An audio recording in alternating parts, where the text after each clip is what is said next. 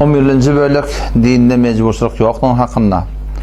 Mowzumunda oturup biz jeletede soňuň haýır bolmakdygynyň hakynda, ahir demde imanly gitmekdiň hakynda. Nahmedu we nusalli ala rasulil kerim. Geçenki jeletelerde la ilaha illallah'ın tagazahynyň hakynda, isleginiň hakynda serfen bir şuar däl, belki Hudaý Taala söz bermeklik we sözde durmasaň Hudaý taqqatyn adamlaryň ma Hudaý Taala'na munafyk bolmaklygynyň imkany keldiň hakynda gurundaş boldyk. Burada bizden öz elimizden gelýän amal, elinden gelýäni edip Allah Taala'nın rahmatyna umydwar bolmaly. Oňa gurun ýok. Bir adam maşa telekiden teleke bolsun. Emma soň haýır bolsa bolamaly. Şo näme diýip bolup berýärsin? Narahatdyr, ökünçdedir, tawbaçyk diýipdir. Ahirden de Allah Taala rahmatyna salamaly. Bir adam ma ordan giýjegini namaz bilen, namaz jamaat bilen, din diýanat bilen, emma bolup berýärsin tekabbür alyp, aýende de haýda bir gynçylykda durulmaýany, o da imansyz gitse gidamaly. Peygamber Hudaý Salam mübarek sözünde şu gururun getiripdir ki hiçbir adamı şoň amaly jennete almaýar. Ýani serfen amalyň bilen jennete girmeýärsiň. Dogrudan amalyň olakon sebäbiň biri. Amalsyz Allah Taala'dan umydwar bolmaklyk Peygamber Hudaý Salam akylsyzlyk diýipdir. El-keyyisu men dâne nefsehu, akıllı adam ol bir adam, akıllı denan ol bir denana ki ö nefsini şeriata tabi ettin, öňe şeriata bolat. Ve amile lima ba'dal mevt, ölümden toğramada teyyarlık gösteripdir. Akıllı adam diýipdir. Vel acizu, akılsız adam kim? Men itteba'a nefse ve hahişatynyň ýerinde namaz ýok, arada ýok, taqqal ýok, zekat ýok, üsür ýok, hijab ýok, halal ýok, haram ýok. Ve temenna alallah, täze Hudaýdan hantama diýipdir. Ay Allah men bagışla. Peygamber Hudaý Salam şoň akly ýokşun diýipdir. Pedonna akıllı adam bolup da nefsine şeriata tabi edip de nefsini Hudaýa öňe bolup bersin bilen ýene de Allah'ın rahmatyna umydwar bolmaly. Keşen biziň amalymyz ol bir amali diýär ki bagyn Hudaý Taala liýagaty kabul bolar ýaly. Inen Peygamber Hudaý Salam aýtdyr. Mübarek sözüne gelýär, la yunajji ahadan minkum amaluhu. Siziň hiç biriňiziň amaly onu cennete salmar diýdi Peygamber Hudaý Salam. Sahabalar wala ente ya Resulallah. Ya Resulallah sen de şeýdem diýipdirler. Ýani sen de amalyň cennete salmaýarmy? Peygamber o diýdi.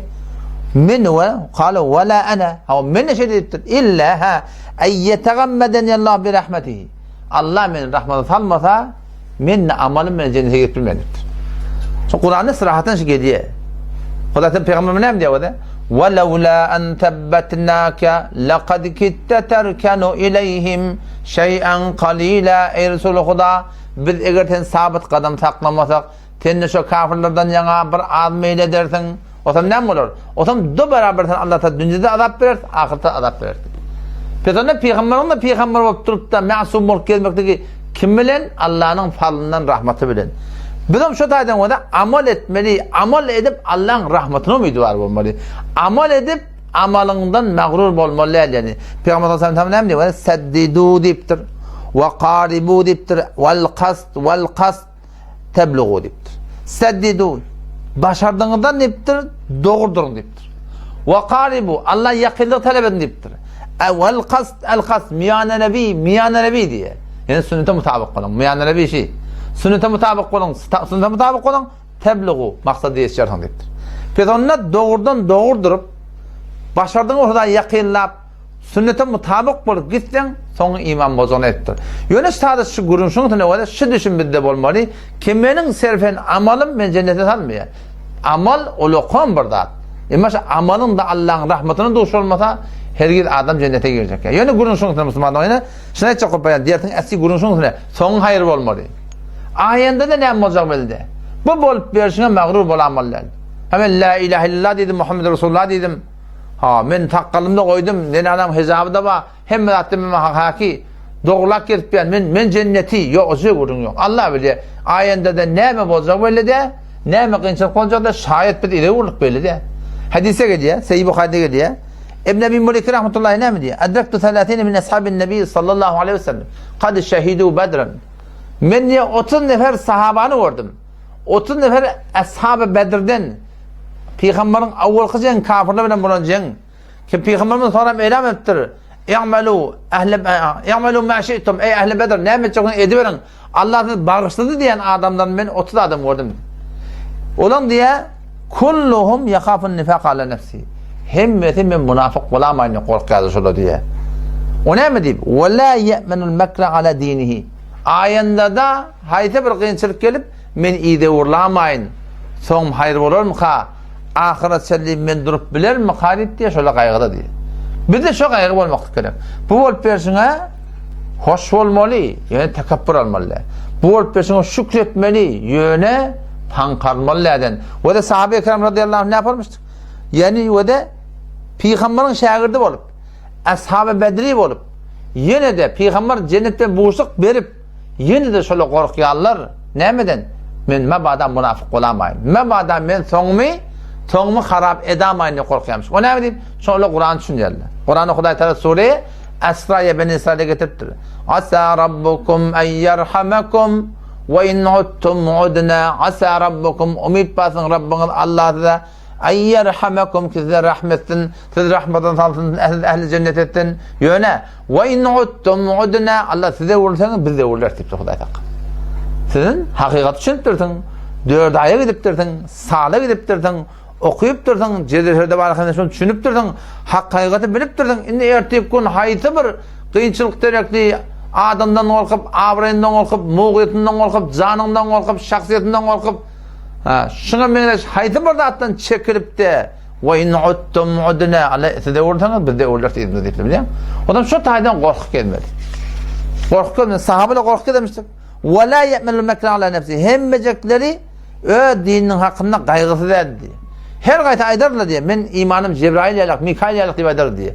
Yöne ayende de haydi bir kıyınçılık boptu men idime uğurlamayın diye korkuyorlar diye. O ne korkuyorlar şöyle? Şöyle bir dağıtır görüp türlü gözler veren. Şey mi?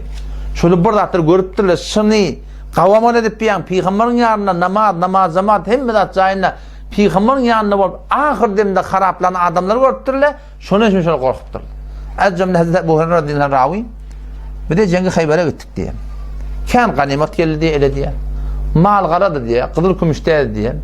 Sonra diye cento konu diye. Ondan sonra ben Peygamber Aleyhisselam'ın Vadiyul Kura diye bir zaya gidiyor, bir uğurluk diye. Yolla diye Peygamber Aleyhisselam'dan gulamı var diye, Med'am diye adına.